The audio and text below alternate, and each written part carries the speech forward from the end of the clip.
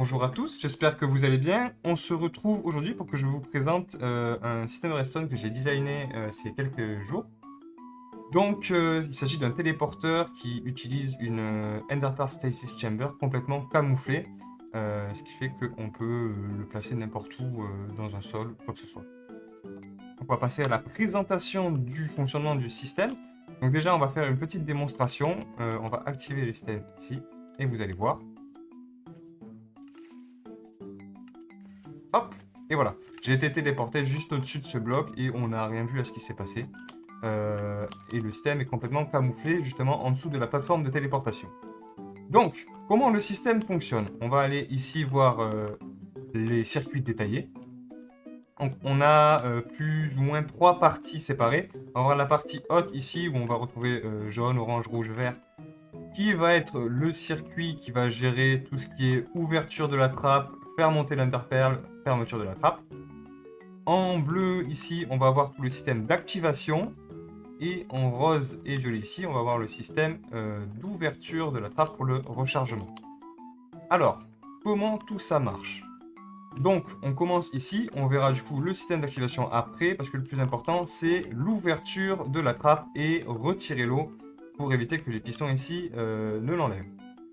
Donc, on va venir mettre un input ici. On va d'abord suivre ce fil de redstone et avec un tick de délai, on va venir activer ici nos trois dispensers. Alors, nos fils de redstone ne vont pas directement dans les dispensers, mais dans un bloc adjacent. Parce que s'ils iraient directement dans les dispensers, ça ferait une double activation sur le double extender qui est juste derrière. Et ça, on veut l'éviter. Du coup, on vient directement power les blocs qui sont là. Ensuite, avec 3 ticks de délai, donc 2 ticks plus tard que le fait de retirer l'eau, on vient pousser ces 3 pistons. Donc ils vont pousser mes 2 sticky pistons ici dans cet emplacement, dans cette colonne au milieu, qui est maintenant vidée de son eau. Et avec 4 ticks de délai, donc un tick plus tard que ça, on va venir activer notre double extender. Donc ça, c'est un design que j'ai trouvé sur internet. Hop, donc notre double extender est activé. Vient retirer le bloc qui est ici. Hop. Et ici, avec 6 ticks de délai, on vient enfin désactiver le système. La pulse est retirée. Donc, ces 3 pistons se rétractent avec mon double extender et le bloc du dessus qui est maintenant retiré aussi avec eux. Et on détecte la désactivation ici avec cet observeur qui vient ensuite réactiver ces 3 dispensers pour remettre de l'eau. Donc, à ce stade-là, on a le bloc qui est retiré et on a à nouveau de l'eau dans notre colonne. Maintenant, il va falloir faire en sorte que cet enderpearl qui se trouve bloqué ici puisse monter en haut. Donc, ces 3 blocs dans cette colonne, on sait que c'est de l'eau, mais le bloc qui est juste ici, ce n'est pas une source d'eau. C'est juste de l'eau qui coule. Donc, ça bloque notre colonne à bulles. Donc, on va aller voir le système vert. Ce que fait ce système, c'est en fait, il vient, en général, il garde toujours ce dispenser activé. Mais dès qu'on appuie ici, on vient éteindre ce système. Donc le dispenser est désactivé, il se passe toujours rien. Mais une fois ici que notre Pulse Lensner vient enfin se désactiver et du coup qu'on sait que toute la rétraction a été faite et que tout a été reposé, alors seulement à ce moment-là, on réactive cette torche, on redonne une pulse dans notre dispenser qui vient se rallumer. Et du coup, ça vient mettre de l'eau juste ici. Et du coup, ça aide notre enderpearl à monter. Donc on va pouvoir voir ça, j'ai le bouton juste là. Donc ça va être assez rapide, mais hop là. On retire l'eau, ça pousse, le double extender, hop là, ça se retire, ça se retire. L'eau est revenue. L'eau a été placée ici, on peut voir que notre seau est vide maintenant. Ici, on vient voir du dessus. On voit que notre enderpearl est maintenant monté tout en haut de notre colonne à eau et que notre bloc est retiré. Du coup, maintenant, c'est simple, il reste juste à faire l'étape inverse, c'est-à-dire repousser ici, remettre le bloc là-haut. Et en poussant le bloc là-haut, il va venir collisionner avec l'enderpearl et c'est à ce moment précis que la téléportation va se faire. Et en réactivant tout ça, bien évidemment, ça va retirer l'eau ici. Ça va, pareil, toujours réinitialiser notre colonne d'eau. Donc si je réactive une deuxième fois, Et voilà, je suis téléporté juste ici. On peut voir aussi que ça m'a donné une Ender Pearl, donc ça je vous montrerai après, mais c'est un système à part. D'abord, on va aller voir le système bleu qui est le système d'activation. Parce que du coup, vous l'aurez constaté, il suffit en fait d'activer 2 fois ce bouton pour que la téléportation se fasse. D'abord ouverture, ensuite fermeture. Donc pour ce faire, on a le système bleu clair ici. Donc on vient activer ici avec un bouton en pierre. Avec un tick de délai, ça vient activer une première fois le système qui fait l'ouverture.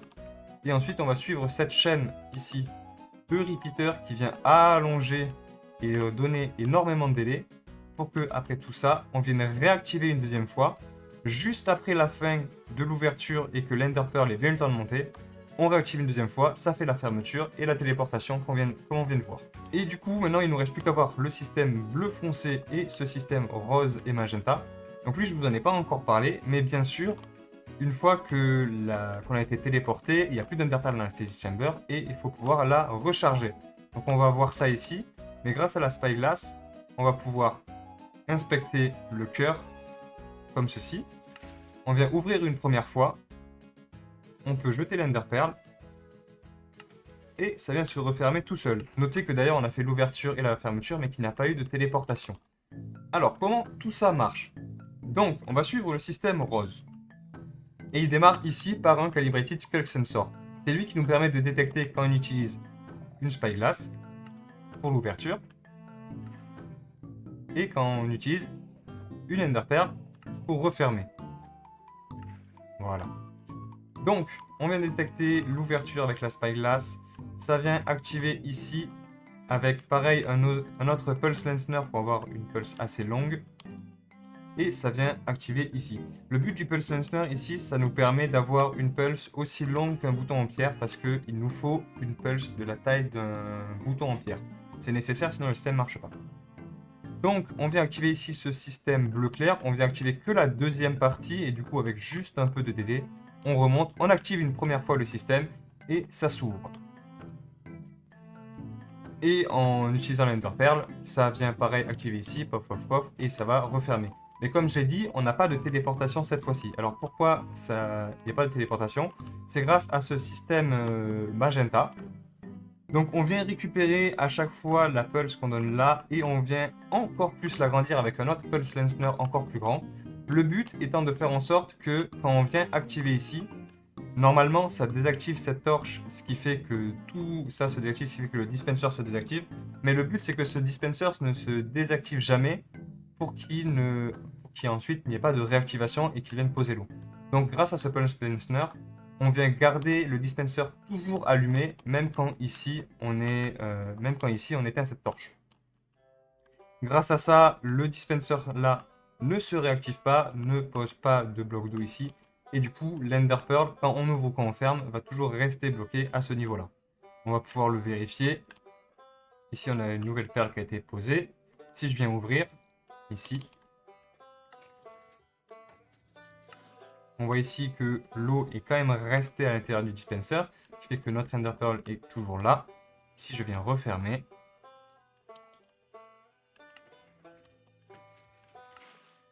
voilà, pareil. Le seau d'eau ne s'est pas posé et notre Ender Pearl est toujours bloqué à ce niveau-là. Et du coup, il nous reste le système bleu foncé, vous l'avez sûrement vu, mais quand je me suis fait téléporter, on m'a donné une Ender Pearl. Donc, c'est ce système qu'on va trouver là en bleu foncé. En fait, on va récupérer le système d'activation. On vient le récupérer là parce que c'est le plus proche. Et juste, en gros, au moment de la téléportation, on vient simplement, ici, avec un dropper, donner une Ender Pearl qui est reliée ici avec un coffre géant rempli d'Ender Pearl. Moi, je l'ai placé là pour que ça reste dans la contrainte de ce 5 par 5 au maximum. 5 par 7, 8, 5 par 8, on va dire. Mais bien évidemment, vous pouvez étendre la ligne de hopper et mettre le coffre où vous voulez. Et du coup, c'est grâce à tout ce système qu'on a ce téléporteur qui, je trouve, fonctionne très bien et complètement camouflé. Parce qu'en général, les Stasis Chambers, ça se voit quand même assez énormément. Et moi, je voulais un système complètement caché. Donc on va pouvoir retester. Ici, je viens ici. On va se débarrasser de l'Ender Pearl. On va voir du coup tout un process normal de téléportation. J'appuie sur le bouton. Ça ouvre. ça referme, je me fais téléporter, on me donne une Ender Pearl, j'inspecte le cœur du téléporteur, je peux y remettre une Ender Pearl, et il se referme automatiquement. Notez bien que quand vous utilisez la Spyglass et quand vous jetez l'Ender Pearl, il ne faut pas être en sneak, parce que si vous êtes en sneak, bien évidemment, ça ne fait pas de bruit, et notre Calibrated Skull Sensor ici ne détecte rien. Maintenant qu'on a discuté de toutes les spécifications du système, de comment il fonctionne, on va discuter de ses points faibles. Comme je vous l'ai dit, il faut forcément la longueur d'une pulse d'un stun button. Donc, vous pouvez utiliser un stun button, bien évidemment, mais si vous utilisez un autre système pour l'activation, que ce soit par exemple un autre Skull Sensor, ou comme j'ai fait ici avec un Observer, il va vous falloir un Pulse Listener. Ici, j'ai décidé d'utiliser ce design, et ce design est programmable. Donc, il suffit de mettre 3 items comme vous voulez. Moi, j'ai mis 3 dirt, mais 3 items comme vous voulez. Et ça créera une pulse suffisamment longue, de la même taille qu'un stun button. Et on peut voir que ici, alors que j'ai un observeur, on va venir activer. Et ça va nous téléporter. Et on peut voir que si par exemple, si je mets un item de trop, alors on va recharger le système.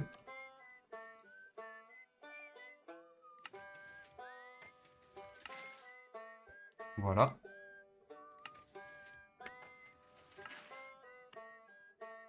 Avec un item de trop, on va voir ce qui se passe. Mais voilà. Je reste bloqué dans la Stasis Chamber. Donc vu qu'on veut éviter ça, c'est pour ça que j'ai recours à ce Pulse Listener programmable. Comme ça, je suis sûr d'avoir précisément ce que je veux. Si je mets 2, pareil, on devrait avoir le même problème. Avec 2, ça peut marcher des fois, mais c'est pas super génial. Donc je préfère en mettre 3, comme ça on est sûr. Voilà pour la première contrainte. La deuxième contrainte, c'est une contrainte d'orientation. Le système ne marche que lorsqu'il est orienté soit vers le sud, soit vers l'ouest. On peut voir ici la partie qui déborde, orientée vers le sud ou vers l'ouest. Qu'est-ce qui se passe si on oriente vers le nord ou vers l'est? Si on oriente vers le nord, le double extender ne marche pas, donc il arrive à récupérer le bloc, mais il n'arrivera jamais à le replacer.